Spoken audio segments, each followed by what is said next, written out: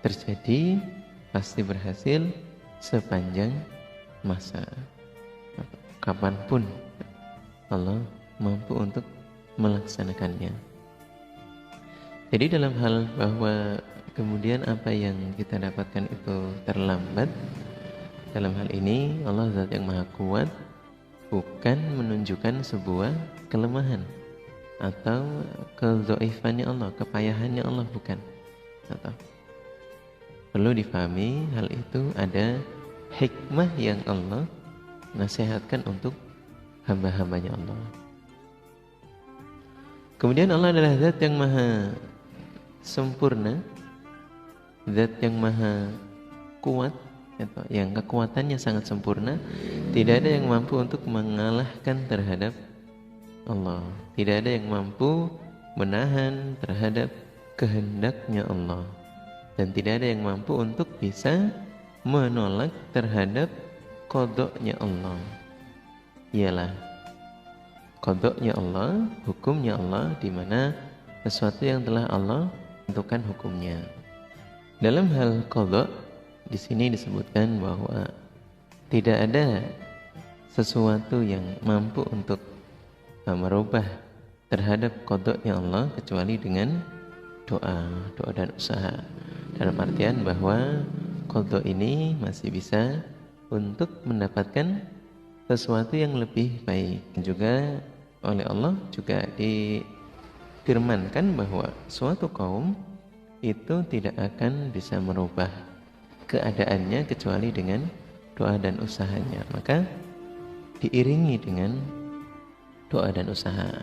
Kalau berkaitan dengan qadar, ini Allah telah tentukan qadarnya atau sejak zaman arwahnya, sejak 50.000 tahun sebelum Allah menciptakan langit dan bumi, takdir-takdir manusia itu telah ditulis. Maka qadha ini atau adalah hal yang juga tidak bisa ada yang bisa menolak, atau kecuali hanya atau Allah saja yang mampu untuk merubahnya.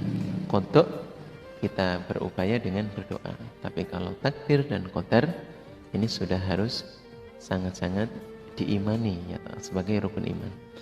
Kemudian bahwa doa ini sesuatu yang ikhtiar kita dalam mendapatkan qadha yang baik dari Allah. Namun dalam hal ini Allah adalah zat yang maha kuat, di mana takdir-takdir dari Allah itu tidak ada yang bisa untuk menolaknya. Begitu pula dengan qadha-nya Allah. Nabi mengingatkan bahwa tidaklah seseorang dikatakan beriman kepada qadar apabila dia juga belum iman terhadap qadha-nya Allah, hukumnya Allah, ketentuan Allah yang telah Allah turunkan di dunia.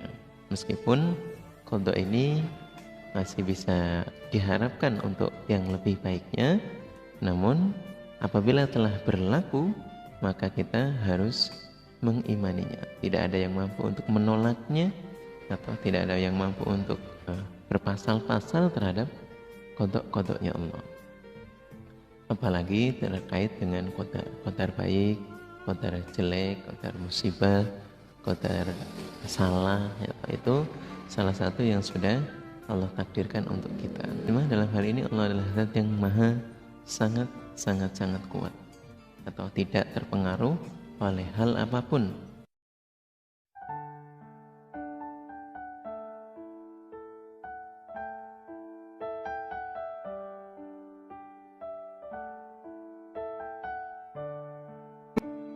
Berikutnya adalah kalimat ke-5, ialah Al-Matinu. Al-Matinu bermakna Allah zat yang sangat kuat. Ialah Allah zat yang sangat kuat, yang sangat kuat kekuatannya, keperkasaannya. Allah adalah zat yang sangat kuat, sifat memaksanya. Dan Allah sangat kuat dalam segala sesuatu.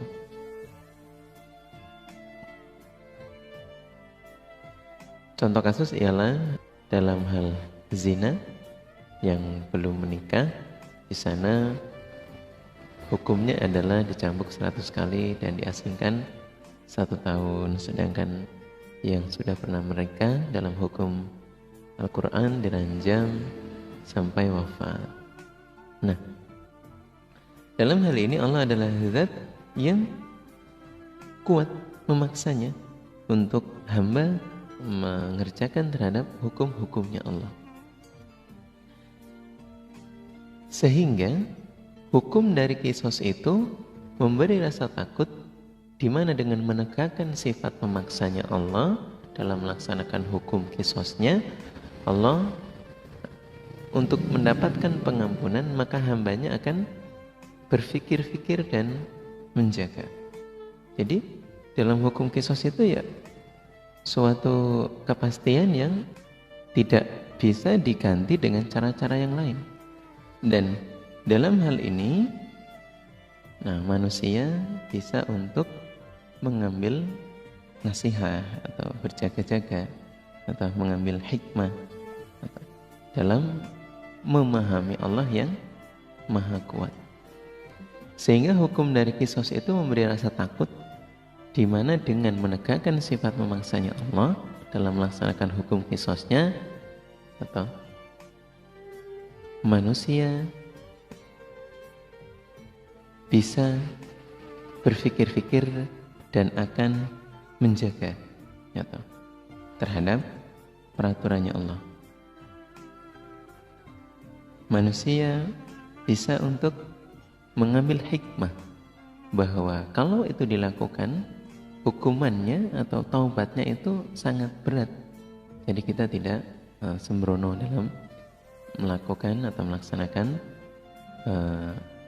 kiprah kita di dunia untuk beribadah, untuk bermuamalah. Karena Allah zat yang maha kuat pasti memberlakukan hukumnya dengan maha memaksanya. Itu tidak bisa ditolak. Atau ketika di dalam negara yang memang negara yang Arabia seperti Arab misalkan, di sana ya tidak bisa digantikan dengan hukum yang lain. Karena terkait dalam hal kisos ialah sebuah perzinahan adalah sesuatu yang sangat dilarang.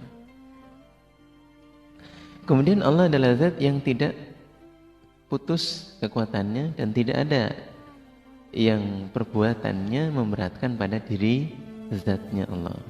Allah tidak merasakan payah dan sulit atau terbebani, atau kalau manusia itu memaksakan diri, itu tidak demikian. Hal itu semua karena Allah zat yang memiliki keagungan dan Allah zat yang memiliki kebesaran atau kesempurnaan dalam kekuatannya. Jadi kekuatannya Allah sempurna dan keagungannya Allah juga sempurna. Para kaum muslimin dan muslimat, jadi dalam sebuah riwayat kemudian memahami Allah zat yang maha kuat dan maha memaksa dalam hal pertobatan, seperti halnya contoh tadi bagi perempuan dan laki-laki yang kemudian dipaksa atau dengan segala kemahabesarannya Allah dalam menjalani taubat. Nah itu di dalam mencambuknya itu tidak boleh ada kasihan, karena hukum Allah yang demikian diberlakukan untuk orang-orang yang beriman atau yang ingin mencari jalannya taubat. Tidak ada apa lagi tidak ada jalan lagi, tidak ada jalan apa lagi yang bisa untuk ditebus, untuk dilakukan, kecuali yaitu di mana Allah memberikan solusi. Nah, solusi jalan yang seperti itu adalah berat memang, atau sangat-sangat sulit. Namun ketika itu tidak dilaksanakan, terus apalagi yang lebih baik? Kalau itu dianggap sesuatu yang memberatkan, justru akan jauh lebih berat ketika dihukum di akhirat dengan disiksa, dibakar di dalam neraka, itu lebih berat. Dan padahal dengan menjalankan keputusan dari Allah berupa